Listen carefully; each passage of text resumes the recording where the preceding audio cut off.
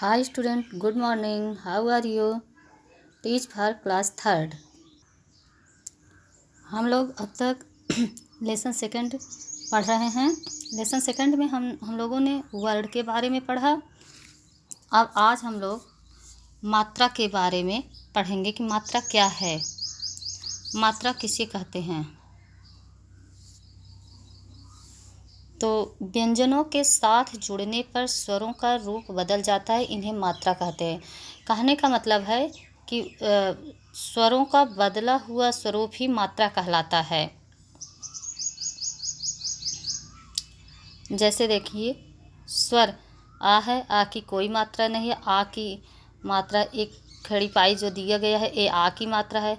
ई की ए मात्रा है। इस सिंबल को देखिए, जो सिंबल जितने भी सिंबल बने हुए हैं ये सब स्वर के मात्राओं के सिंबल हैं।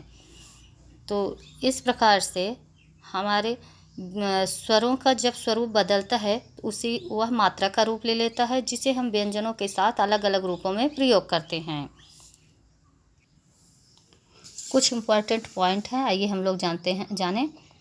भाषा में प्रयोग की जाने वाली छोटी सी छोटी ध्वनि वर्ण कहलाती है। नेक्स्ट पॉइंट है कि हिंदी वर्णमाला के दो मुख्य भागों में हिंदी वर्णमाला को दो प्रमुख भागों में बांटा जाता है, स्वर तथा व्यंजन। कहने का मतलब है कि स्वर और व्यंजन वर्ण को कितने भागों में बांटा जाता है, तो वर्ण को दो भागों में बांटा जाता है, पहला स्वर दूसरा व्यंजन।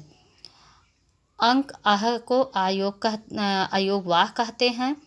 छ त्रंग ज्ञ स्र आधा छ आधा ट पूरा ट आदि को संयुक्ताक्षर कहते हैं। कहने का मतलब है पहले आधा वर्ण हो फिर पूरा वर्ण हो, उसी को संयुक्ताक्षर व्यंजन वर्ण कहते हैं या व्यंजन कहते हैं।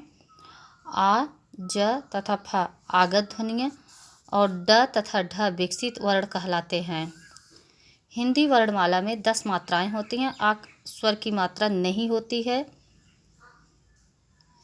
कहने का मतलब है कि स्वर हमारे 11 होते हैं लेकिन उनकी मात्राएं 10 होती, क्योंकि आ की कोई मात्रा नहीं होती है। नेक्स्ट पॉइंट है, कुछ मात्राएं व्यंजनों के ऊपर लगती हैं तथा कुछ उनके नीचे लगती हैं। कुछ व्यंजन को आगे और कुछ उनके पीछे लगती हैं। तो बच्चों, इस प्रकार से हमारा लेसन सेकंड वर्ड जो है कंप्लीट होता है। इसके बाद हम लोग आते हैं इसके एक्सरसाइज पे। हम लोग एक्सरसाइज कंप्लीट कर लेते हैं। पहला क्वेश्चन है, सही विकल्प पर सही का निशान लगाइए।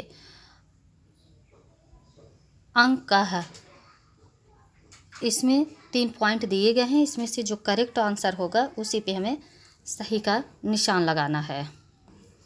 जैसे पहला है व्यंजन, दूसरा है स्वर, तीसरा है अयोगवाह। तो तीनों आपे जो बिंदी लगी हुई अंक है, इसको अयोगवाह के अंतर्गत आता है, इसलिए हम इस पे सही का निशान लगाएंगे। हमारा राइट आंसर है ऑप्शन नंबर 3। ख है, अनुस्वार का चिन्ह क्या है। अब दिया गया है 3 पॉइंट। तीनों पॉइंट में से जो सही अनुस्वार का जो सही सिंबल हो उसी के सामने हमें टिक करना है। तो हमारा सही सिंबल जो है ऑप्शन नंबर सेकंड हो सही है, इसलिए हमें सही का निशान सेकंड ऑप्शन के सामने लगाना है। घ आ ई ये क्या है, व्यंजन है कि स्वर है क्या योगा है। तो हमारा ऑप्शन नंबर सेकंड सही होता है, क्योंकि यह स्वर है, ये सभी लोग जानते हो, इसलिए हम दूसरे पे सही का निशान लगाते हैं। घ ड तथा ढ ये क्या है, तो ये हमारी न तो अयोगवाह है न ही आगत ध्वनियाँ है, ये हमारी विकसित वर्ण हैं, इसलिए ऑप्शन नंबर सेकंड हमारा सही ऑप्शन है, इसलिए सेकंड पे सही का चिन्ह लगा दीजिए। अब हमारा आता है क्वेश्चन नंबर 2 में क्या है कि चित्र देखिए, नाम सोचिए तथा जिनके नाम में अनुनासिक आए उस पर सही का निशान लगाइए। तो इस सारे चित्र को देखकर आपको समझकर लिखना है कि जिसमें अनुनासिक का प्रयोग किया गया हो। अनुनासिक का मतलब है जिस पे चंद्रबिंदी का प्रयोग किया गया हो। तो का ऊँट है, खा तोता है, गा जो है घंटी है। तो इन सब में नहीं, का में है ऊँट पे चंद्रबिंदी का प्रयोग होता है, इसलिए ऊँट पे सही का निशान लगा दीजिए। अब नीचे में देख लीजिए, जहाज पे तो होगा नहीं, आँख पे होगा, इधर चाँद पे होगा, तो इसलिए हम दोनों ऑप्शन को सही कर दिए।